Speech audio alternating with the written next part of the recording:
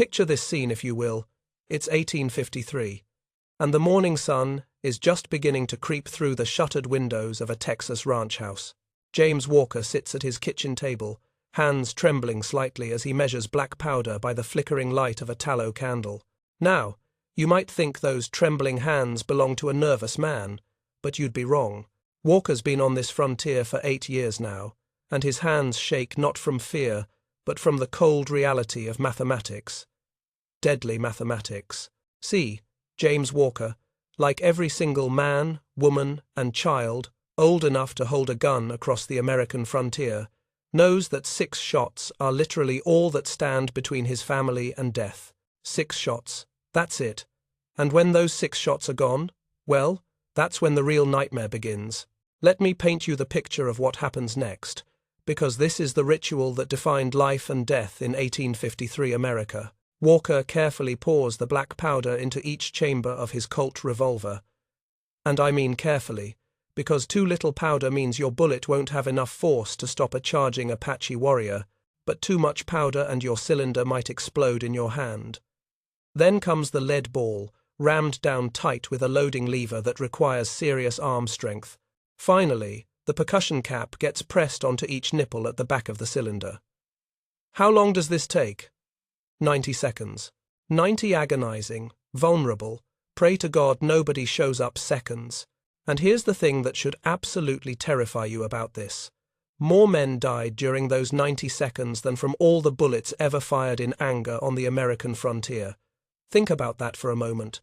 We're talking about a time period where your survival literally depended on a 90-second window of absolute helplessness that occurred every 6 shots. It's like playing Russian roulette, except instead of one bullet, you're gambling with your entire family's lives every single time you empty your gun. Captain Samuel Walker, yes, the same Walker that the famous Walker Colt was named after, found this out the hard way during the Mexican War in 1847. Picture the scene at Huamantla. Walker and his Texas Rangers are in the middle of a firefight with Mexican lancers. These aren't random bandits we're talking about. These are professional cavalry soldiers on horseback with 10-foot steel-tipped lances, and they know exactly how this game is played. The Rangers empty their revolvers, and then comes that moment. That terrible, inevitable moment when you hear the click of hammers falling on empty chambers.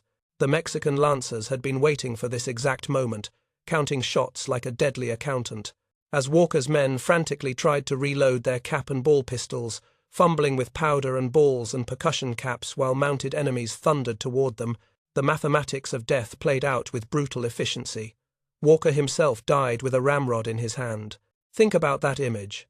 A legendary Texas Ranger, one of the most feared fighting men on the frontier, killed not in some dramatic shootout, but while desperately trying to stuff black powder into a cylinder as a Mexican lancer's steel point found his heart. And Walker wasn't alone. Around campfires across Texas, Rangers told stories that would make your blood run cold. Stories of comrades found dead after Apache raids, ramrods still clutched in their hands like some grim testament to those fatal 90 seconds. In California's gold fields, the claim jumpers, these were the human vultures who'd steal another man's mining claim. They didn't attack randomly. Oh no, they were far too smart for that. They'd watch and wait, timing their assault for that precise moment when a guard's revolver clicked empty. The mathematics were simple and absolutely terrifying. 6 shots, then 90 seconds of being completely defenseless. 6 shots, then death knocking at your door. In the boardrooms of Boston, where military contractors calculated the cost of war in dollars and lives, the numbers told a horrifying story. The Union Army was losing 1 soldier for every 17 reload attempts under fire. 17. Can you imagine trying to explain that to a mother whose son died, not because he wasn't brave enough or skilled enough, but because he ran out of bullets at the wrong moment? The Pony Express, those legendary riders who carried mail across the most dangerous territory in America, they understood this brutal arithmetic better than anyone. Riders got paid triple wages for routes through Apache territory, and it wasn't because of the scenery. No amount of horsemanship, no matter how skilled you were at riding or shooting, could overcome what they called the reload gap. You could be the best shot in the territory, the fastest rider, the bravest soul who ever lived. But if 6 Apache warriors attacked you, and you'd already fired your 6 shots, you were a dead man. Even in the supposedly peaceful towns scattered across the frontier, the entire social fabric had warped itself around this technological limitation. Saloons installed special reload stations, basically armored alcoves where a man could duck for cover while he reloaded. Churches held Saturday night classes on combat loading, teaching farmers and shopkeepers how to reload under pressure. And the traveling powder salesmen? These guys became folk heroes, almost like circuit preachers, because they carried the means of survival from town to town. But perhaps the most heartbreaking ritual of all belonged to the prairie wives.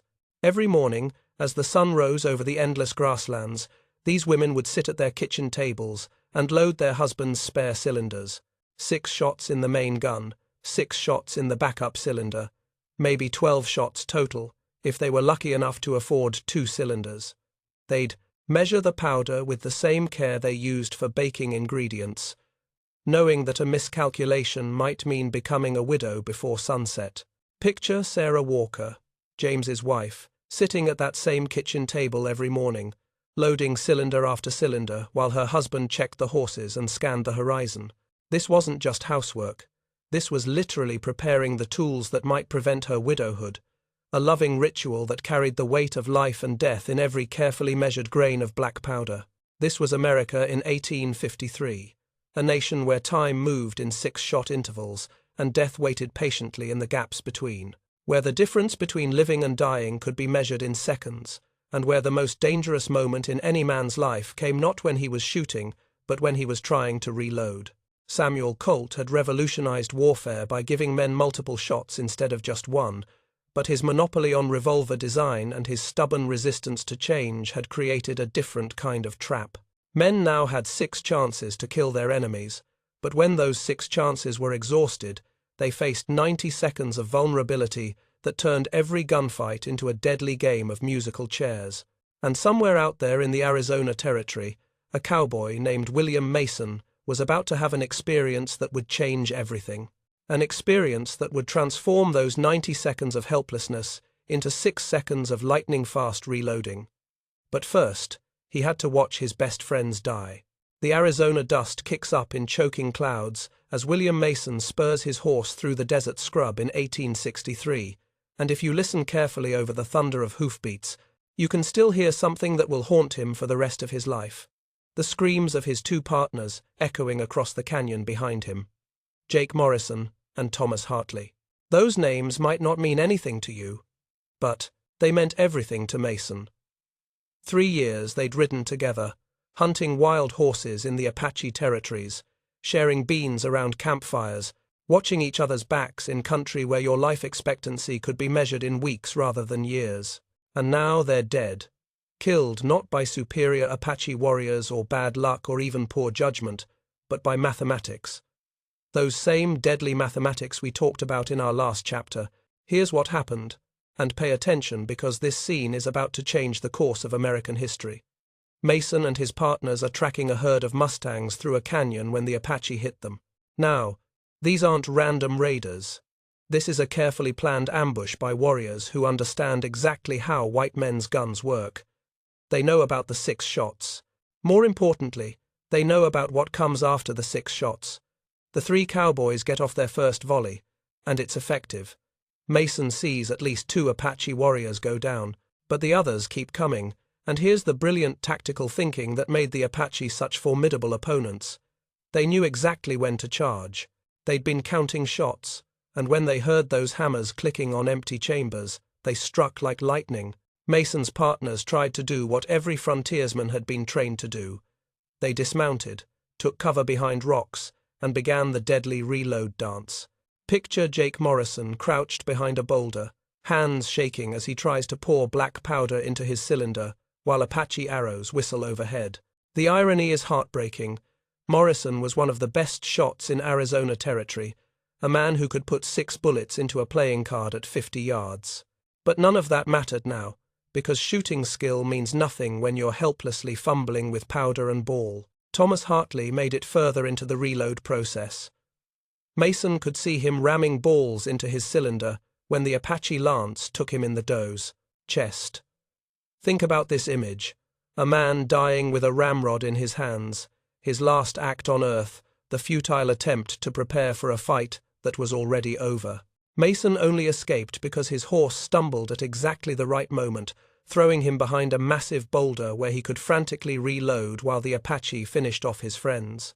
He lay there for what felt like hours, but was probably only minutes, listening to war cries and the wet sounds of scalping knives, knowing that if even one warrior decided to check behind his rock, he'd join Jake and Thomas in whatever comes after this life. But here's where William Mason proves he's different from other men. As he crouches behind that boulder, listening to his friends die, he's not just thinking about survival, he's thinking about engineering. His mind is working on the problem that killed Jake and Thomas, sketching solutions in the dirt with his finger, while Apache warriors celebrate their victory just yards away. That night, after the Apache had moved on and Mason had buried what was left of his partners, he sits by a campfire and draws in the dirt by firelight. Not a map or a letter home, but mechanical drawings. He sketches a cylinder that breaks open like a book, where all 6 spent shells could fall free at once instead of being picked out one by one with a thin tool. He draws springs and levers and mechanisms that exist only in his imagination, but you can see the future taking shape in those crude drawings. Now, Mason wasn't the first man to tackle this problem. Engineers and inventors across America had been working on quick-loading revolvers for years. Rollin White had patented bored-through cylinders that could use metallic cartridges instead of loose powder and ball. Confederate gunsmiths during the recent war had experimented with paper cartridges that held powder and bullet together. A dozen different inventors had filed patents for quick-loading mechanisms, but they all had the same problem. They were too complex, too delicate, too expensive for frontier conditions. But Mason had something those other inventors lacked. First, he had mechanical knowledge from his youth working in Connecticut factories, where precision manufacturing was becoming an art form. Second, he had 5 years of practical frontier experience, knowing exactly what would work in dust storms and freezing rain and the kind of rough handling that frontier life demanded. And third, and this might be the most important part, he had the burning memory of friends dying for want of 5 seconds. 5 seconds. That's all Jake and Thomas needed. 5 seconds to reload instead of 90, and they'd still be alive, still be sharing beans around the campfire, still be complaining about Apache and the price of coffee and all the small irritations that make life worth living. Mason rides east to Springfield, Massachusetts, where the ammunition revolution is already underway. The Spencer repeating rifle has proven beyond doubt that metallic cartridges work reliably in combat conditions. Small companies are experimenting with brass cases that hold powder, bullet, and primer in one waterproof, foolproof package. This is the future Mason needs for his revolver design. He haunts the machine shops of Springfield like a ghost, learning from German immigrant machinists who bring European precision to American innovation. These craftsmen teach him about tolerances and metallurgy, about springs that won't break and mechanisms that won't jam. Mason absorbs it all with the intensity of a man on a mission, because he's not just designing a gun, he's designing a memorial to Jake Morrison and Thomas Hartley. And then Mason discovers something that changes everything. Daniel Wesson, one half of the Smith & Wesson partnership, has been quietly buying every patent related to cartridge revolvers, building what amounts to a legal fortress while waiting for Samuel Colt's master patents to expire in 1865. Wesson sees the same future Mason sees, but he's been waiting for the legal right to build it. The meeting between Mason and Wesson becomes the stuff of frontier legend. Picture this scene. A weathered cowboy with Apache scars and sun-beaten leather skin walks into the pristine offices of a Massachusetts firearms company, carrying a crude wooden model of a revolver that breaks open at the middle. The Eastern businessmen in their clean suits probably looked at Mason like he'd stepped out of a dime novel.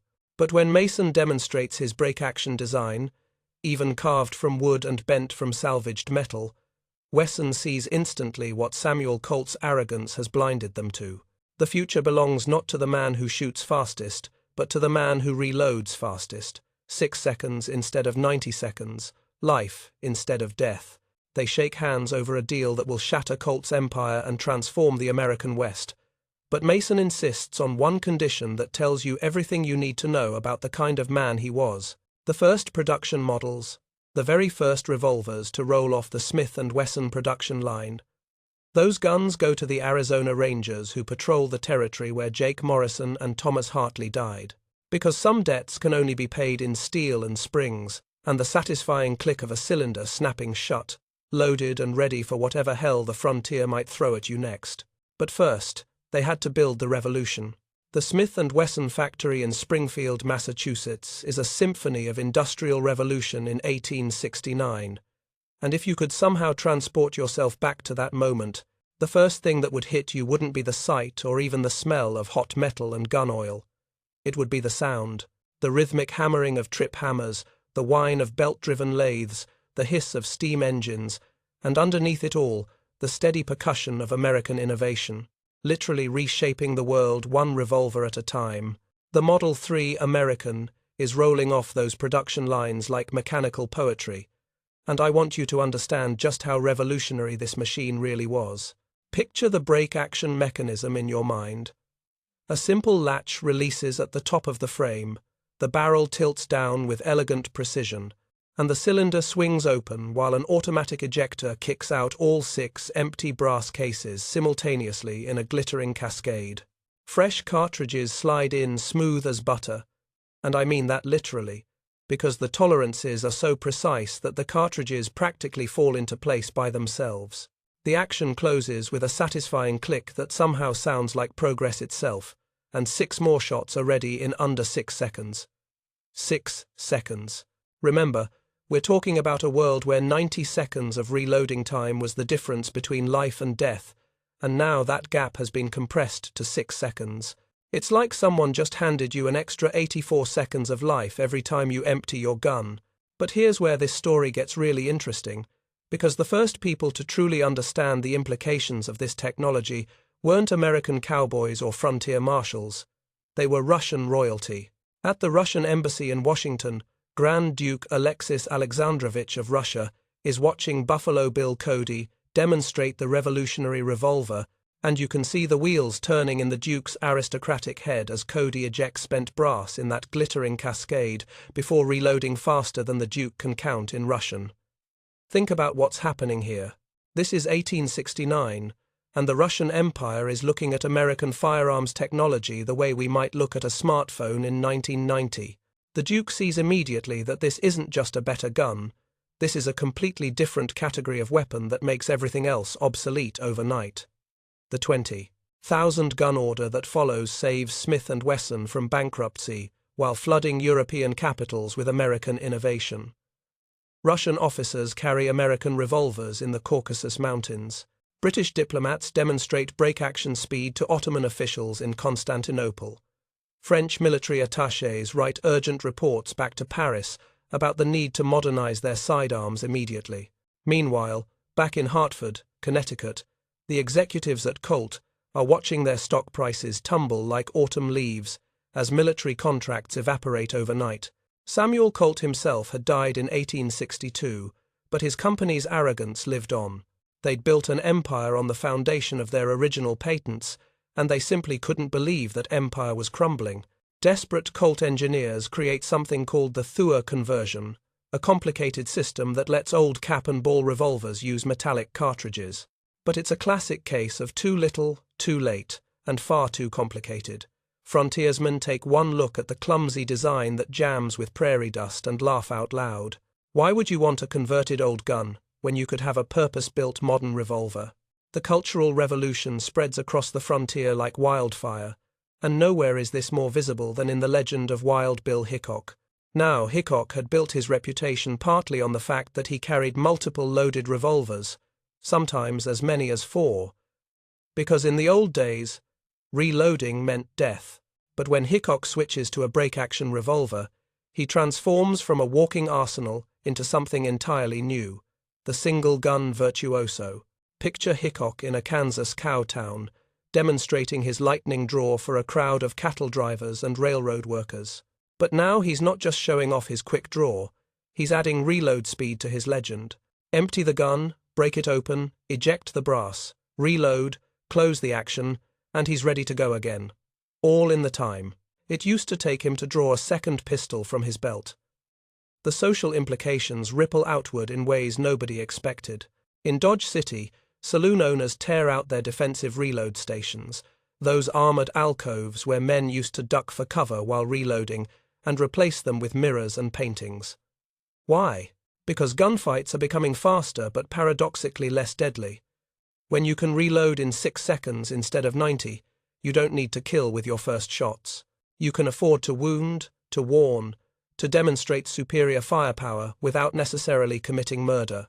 The traveling Wild West shows of Buffalo Bill and Texas Jack create an entirely new form of entertainment around this technology. They stage reload races where champions can empty and refill their revolvers 3 times in 30 seconds. Audiences gasp and applaud as performers demonstrate the mechanical ballet of break-action reloading, turning what used to be a life-or-death necessity into high art. Dime novelists scramble to rewrite their heroes for this new technological reality. Out goes the old trope of the gunfighter, with 20 loaded pistols stuck in his belt like some kind of human porcupine. In comes the new image of the single-gun virtuoso, the man whose skill lies not in carrying more weapons, but in using one weapon more efficiently than anyone else alive. But perhaps the most profound change happens among the women of the frontier, and this is something the gun manufacturers never saw coming. A break-action revolver requires no special strength to reload, no ramming balls with a heavy loading lever, no fighting with stubborn percussion caps. For the first time in the history of firearms, here's a weapon that a woman can operate just as efficiently as a man. The Mormon settlements in Utah order them by the crate, recognizing that their policy of polygamy means they need to arm multiple wives to defend extended families.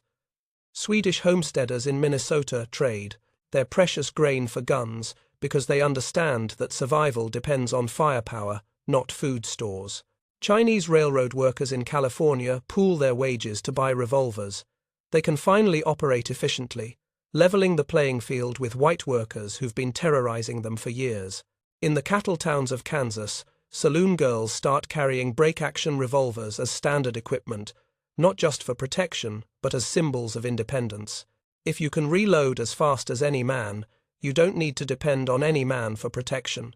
The Texas cattle drives of the 1870s see cowboys carrying a single revolver instead of 4, lightening their load and changing the economics of the entire beef industry. When you're driving 2,000 head of cattle from Texas to Kansas, every pound of gear matters, and suddenly, the cowboys can get the same firepower from 1 pound of revolver that used to require 4 pounds of equipment. But the real measure of this technological revolution shows up in the account books of American business. The Pinkerton Detective Agency standardizes on break-action revolvers, allowing their agents to operate in smaller teams with greater effectiveness. Railroad companies calculate that mail car robberies drop by 60% once guards can maintain continuous fire. Mining companies report that claim disputes resolve through quick-draw competitions rather than murders, as men trust their reload speed more than their killing accuracy.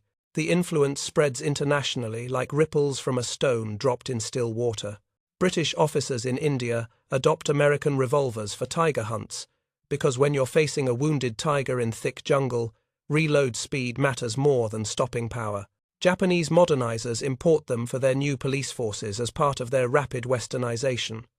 Brazilian rubber barons use them to patrol vast plantations, where quick reloading can mean the difference between maintaining order and losing control entirely. Smith & Wesson grows from a small Massachusetts company into an industrial giant, while Colt scrambles to develop their own quick-loading designs. Eventually, Colt will create the famous swing-out cylinder that will dominate the next century, but for now, they're playing catch-up to William Mason's Arizona inspiration. And Mason himself? He returns to Arizona territory as a wealthy man, his patents generating royalties that would make him rich for life. But money isn't what drives him. He uses his wealth to fund schools that teach mechanical arts alongside reading and writing, because he understands that the future belongs to people who can think with their hands as well as their minds. The transformation is complete, but the story isn't over, because those 6 seconds of reload time are about to change American history in ways that no one, not Mason, not Wesson, not even the visionaries who saw this revolution coming, could possibly imagine. By 1875, the break-action revolver has rewritten the rules of American expansion with consequences that absolutely nobody foresaw, and I want you to understand just how profound these changes really were. We're not just talking about better guns, we're talking about a technological shift that transformed the entire character of the American West, changed military tactics, altered social structures, and ultimately helped close the frontier in ways that had nothing to do with railroads or telegraph lines. The United States Army's tactical manuals undergo complete revision as cavalry charges no longer face that deadly 90-second gap that we've been talking about. Soldiers can now reload at full gallop, maintaining continuous fire that breaks Indian resistance faster, but, and here's the paradox that nobody expected, leads to fewer casualties on both sides. General George Crook, reporting from the Apache campaigns in Arizona Territory, the same territory where William Mason lost his partners, writes something remarkable to his superiors in Washington. Quick-loading revolvers, he says, allow his troops to use suppressive fire rather than killing shots. When you can reload in 6 seconds instead of 90, you don't need to make every shot count as a kill. You can afford to fire warning shots, to wound rather than kill, to demonstrate overwhelming firepower that encourages surrender rather than fight to the death resistance. Think about the psychology here. Apache warriors had built their entire tactical system around exploiting that 90-second reload gap. They'd charge when they heard empty chambers clicking, knowing they had a minute and a half of advantage. But when that gap shrinks to 6 seconds, the tactical equation completely changes. Suddenly, charging a position becomes suicidal rather than strategic, and negotiation starts looking more attractive than warfare. Crook reports that his Apache campaigns result in more prisoners and eventual peace negotiations, precisely because the technological balance has shifted so dramatically. When the Apache realize they can no longer exploit reload time, many bands choose to come into the reservations rather than face hopeless odds. The Texas cattle drives of the 1870s undergo their own revolution as cowboys discover they can carry a single revolver instead of 4, lightening their load by 12 pounds per man and fundamentally changing the economics of the beef industry. When you're driving 2,000 head of cattle from Texas to Kansas over terrain where every ounce matters, that weight reduction translates directly into profit margins. But more importantly, the psychological dynamic changes completely. Cowboys no longer need to be walking arsenals, bristling with multiple weapons like some kind of human porcupine. A single revolver, properly maintained and quickly reloaded, provides all the firepower a man needs to handle anything from stampeding cattle to hostile Indians to claim jumpers. The Pinkerton Detective Agency, those legendary private investigators who track down train robbers and bank thieves across the American West, standardizes on break-action revolvers and discovers they can operate in smaller teams with greater effectiveness. 2 Pinkertons with quick reload weapons can now handle situations that previously required 4 or 5 agents with old-style cap-and-ball revolvers. Railroad companies compile statistics that tell an amazing story. Mail car robberies drop by 60% once guards can maintain continuous fire. The old tactic of timing an attack for that vulnerable reload moment simply doesn't work anymore. Train robbers find themselves facing guards who can keep shooting as long as their ammunition lasts, turning what used to be calculated heists into suicide missions. In the silver mines of Nevada, something even more remarkable happens. Claim disputes, which used to result in deadly gunfights as men tried to settle property rights with lead, start resolving through quick-draw competitions instead of murders. When men trust their reload speed more than their killing accuracy, they can afford to engage in contests of skill rather than duels to the death. Picture this scene. 2 miners dispute the boundaries of their claims, and instead of shooting to kill, they agree to a reload race. First man to empty his revolver, reload, and put 6 shots into a target wins the claim.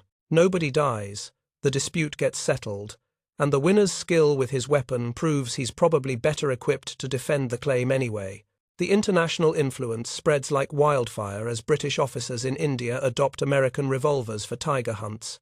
Japanese modernizers import them for their new police forces, and Brazilian rubber barons use them to patrol vast plantations. The American technological revolution in personal firearms becomes a global phenomenon, exporting not just guns but the entire philosophy of quick, efficient, democratic firepower. Smith & Wesson grows into an industrial giant with factories in Massachusetts and sales offices in London, Paris, and Berlin. Samuel Colt's company, meanwhile, scrambles to develop their own quick-loading designs, eventually creating the famous swing-out cylinder that will dominate the 20th century. But for now, in the 1870s, Smith & Wesson owns the future. William Mason, now wealthy beyond his wildest Arizona dreams from his patents, returns to the territory where Jake Morrison and Thomas Hartley died. But he doesn't come back as a cowboy, he comes back as an educator and industrialist. Mason uses his wealth to fund schools that teach mechanical arts alongside reading and writing, because he understands something profound about the future. It belongs to people who can think with their hands as well as their minds. Mason dies in 1891, and his funeral is attended by hundreds of men who owe their lives to those 6 seconds of reload time. Cowboys, soldiers, miners, railroad guards, Pinkerton agents, and ordinary citizens who survived dangerous encounters because they could reload faster than their enemies could charge. The last great gunfight of the frontier era happens in Coffeyville, Kansas, in 1892, and it perfectly illustrates how much the world has changed. The Dalton gang attempts to rob 2 banks simultaneously, a classic Old West crime that should have succeeded based on traditional mathematics. But the new generation of defenders can reload faster than the outlaws expected. The Daltons planned their raid assuming they'd face men with cap and ball revolvers who'd need 90 seconds to reload after emptying their guns. Instead, they encounter citizens with break-action revolvers who maintain continuous fire throughout the engagement. The raid fails catastrophically, with most of the gang killed not because they were outgunned, but because they were out-technologied. As the 20th century dawns, semi-automatic pistols begin appearing in European arsenals and American patent offices, promising even faster rates of fire and larger ammunition capacities. But for 50 years, from 1865 to 1915, the break-action revolver shaped American destiny in ways both obvious and subtle. From the Apache Wars to the Alaska Gold Rush, from Mormon settlements in Utah to Chinese laundries in San Francisco, the democratic principle that anyone can reload quickly leveled social hierarchies and accelerated Western development. When reload speed no longer depends on physical strength or extensive training, firepower becomes truly democratic. Women could reload as fast as men. Immigrants could defend themselves as effectively as native-born Americans. Small-statured men could hold their own against larger opponents. Age mattered less when wisdom and experience could compensate for diminished physical capabilities. The frontier closes not with the thunder of cannon or the whistle of locomotive engines, but with the quiet click of 1,000 revolvers snapping shut, loaded and ready for whatever comes next. And in that simple mechanical sound, click, you can hear the echo of William Mason's promise to his dead friends, the sound of American innovation solving American problems with American ingenuity. Jake Morrison and Thomas Hartley died in an Arizona canyon because they ran out of time during a 90-second reload. But their deaths sparked a revolution that gave millions of Americans the gift of 6 seconds instead of 90, the gift of survival in a dangerous world, the gift of democracy measured in fractions of a second. The mathematics of death had been rewritten, and America would never be the same.